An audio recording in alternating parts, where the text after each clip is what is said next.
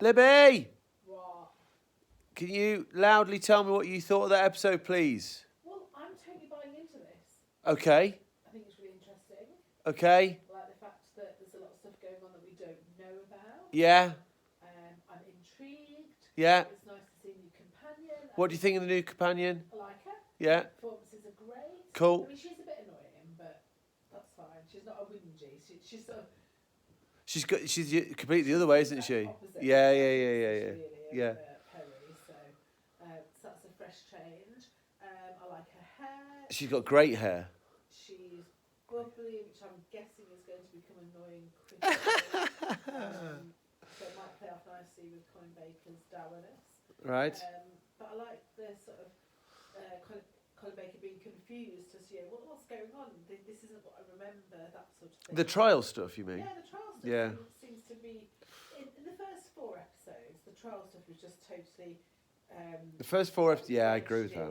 Made no sense. And I thought the second it kicked in, didn't it? Yeah. Now it's like totally fine. Okay. So that's good. I think the baddies are intriguing because I don't actually know who's a baddie yet. Yeah. And all the acting seems great. Okay. There's been lots of faces I recognise. The end. Thank you very much. No. There we go. Need I say any more? Yes, say something insightful.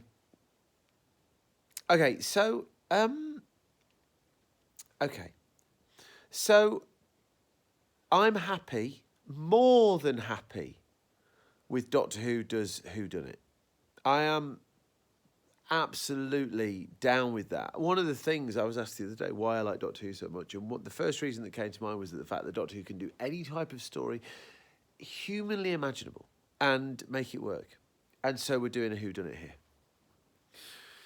My problem is, I think, unless you know this is setting itself as a whodunit, and for God's sake, having somebody read Murder on the Orient Express is a bit of a giveaway, this is incomprehensible.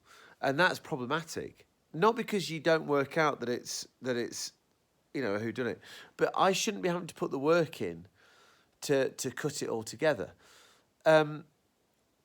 It feels to me, and I totally respect my wife's perspective, but it feels to me like trope, standard whodunit trope. Are you saying I'm basic? No, not at all. But I'm concerned. I feel this is whodunit by numbers. Anyway, next thing, Mel. Now, Mel, of course, now is having a bit of a reevaluation in the eyes of fans. And there was that absolutely magnificent article in Doctor Who magazine a couple of months back that talked about how awesome Mel is. And it was an absolute delight to read that. And it made me super happy. And seeing Mel a few weeks back in Doctor Who, oh my goodness me, that was just a glorious thing. Okay. This is appalling. In what sense? Oh, it's just so pantomime. It really is so broad. And I get moments, I get an inkling that this and Colin can work really, really well. But like that bit in the end, she says, I was just looking around. What harm can it do? What do you think, boys and girls? Oh, geez. And Lib said it, and you didn't put it in your review then, because you're trying to be positive. We don't want you to break your neck, at least until... Until what? When are you intending to break this woman's neck? Gee. Right, having said that, the cliffhanger is absolutely brilliant. And that is as good a cliffhanger as I've seen in Doctor Who for a long time, since Case Van Zani, of course. But that sweeping camera shot coming up, the electricity, Mel's scream, that was a stunning cliffhanger for Doctor Who, so let's not forget that. I loved, can I just say this, let's get to the positive, Colin's performance in the first few moments of this episode, reminding us that he's dealing with the death of Perry, was off the chain. Yeah. That's as good a thing that Colin's ever done in Doctor Who. Like, I genuinely felt that. And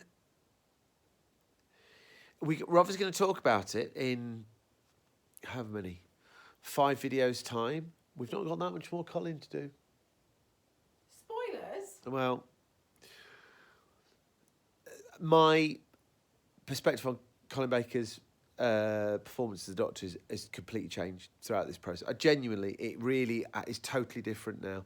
And that moment then, in amongst all this confusion, and that's a structural thing. That's a thing. Here's the next thing. Can I tell you something else, Liv, that's bothering me? Crack on, darling. Doctor Who's in its fight for its life right now, right? It's been had its 18-month break, which was financial and all that kind of thing, but we shan't dwell on it. It's quite clear that the higher-ups have got the knives out for this. We've already discussed, I think, the nonsensical nature of this trial and how they're doing it so half-heartedly. If you're going to do it, do a proper, full-on, fuck-off, amazing thing.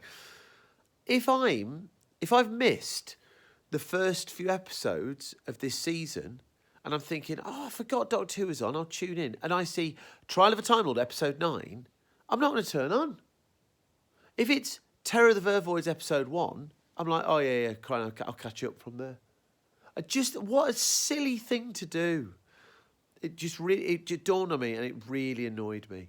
Especially since we've got Bonnie Langford. Bonnie Langford, as Elizabeth Sandifer has said recently, was the highest profile actor to play a companion ever in the classic run of Doctor Who. And arguably, no, Catherine Tate, I think would have taken that crown. Would you agree? We were there. I would say so. Langford was a big name, though. Yeah. A big, big name. And she has great hair. Well, Billy Piper was quite well. Oh, that's a good call, actually.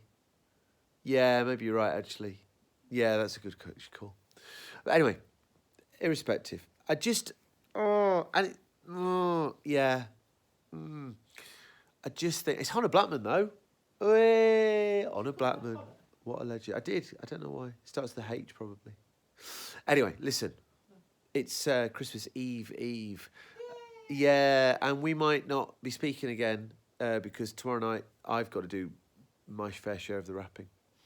Actually, now I've got to do way less than my fair share of the wrapping because Madam over there has absolutely kicked it out of the park with the wrapping.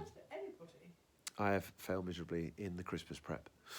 But that leads me to say Happy Christmas, everybody. There are now 53 subscribers to my YouTube channel, which makes my son super happy.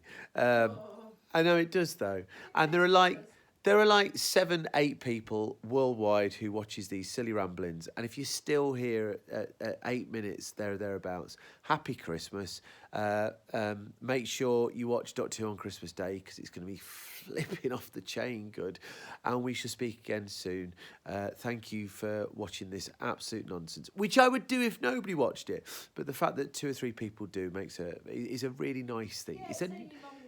Yeah, it was my mum and dad, but that's fine. But it's a nice thing, and it makes me happy, just like Doctor Who makes me happy. So there you go.